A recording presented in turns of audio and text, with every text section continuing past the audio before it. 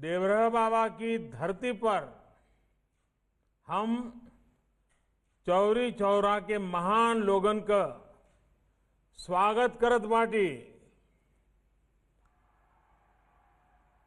और आप सबे के नमन करन बाटी।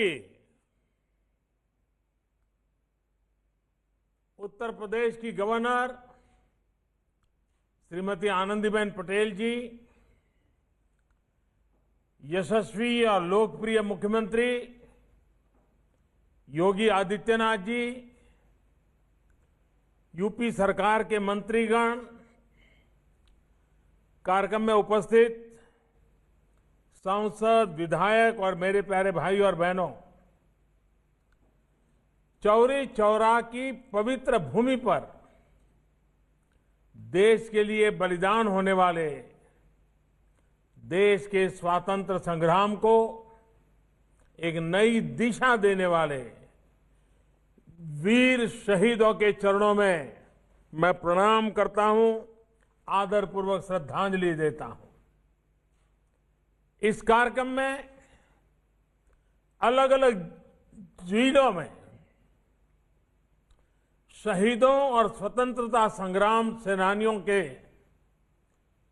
परिजन भी उपस्थित हैं। अनेक स्वतंत्रता सेनानियों के परिवार आज ऑनलाइन भी जुड़े हैं। आप सभी का भी मैं अभिनंदन करता हूं, आदर करता हूं। साथियों, 100 वर्ष पहले चौरी चौरा में जो हुआ वो सिर्फ एक आगजनी की घटना, एक थाने में आग लगा देने की घटना सिर्फ नहीं थी।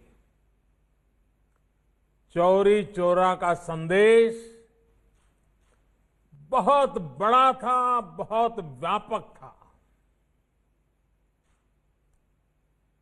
अनेक वजहों से पहले जब भी चौरी चौरा की बात हुई, उसे एक मामूली आगजनी के संदर्भ में ही देखा गया। लेकिन आगजनी किन परिस्थितियों में हुई, क्या वजह थी, ये भी उतनी ही महत्वपूर्ण है। आग थाने में नहीं लगी थी, आग जन जन के दिलों में प्रज्वलित हो चुकी थी।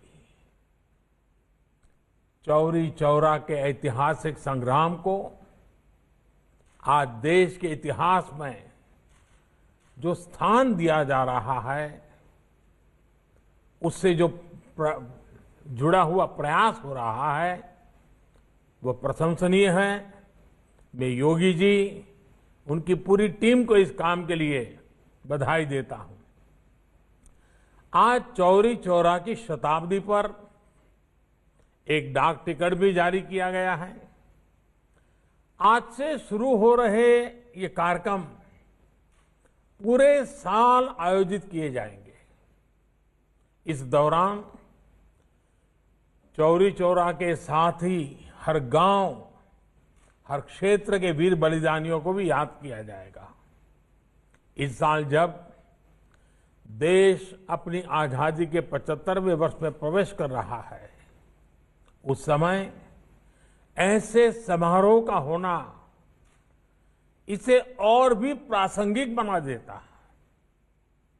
साथियों, चौरी चौरा देश के सामान्य मानवी का स्वतः स्फूर्त संग्राम था। ये दुर्भाग्य है कि चौरी चौरा के शहीदों के जितनी चर्चा होनी थी, बहुत अधिक चर्चा नहीं हो पाई। इस संग्राम के शहीदों को, क्रांतिकारियों को इतिहास के पन्नों में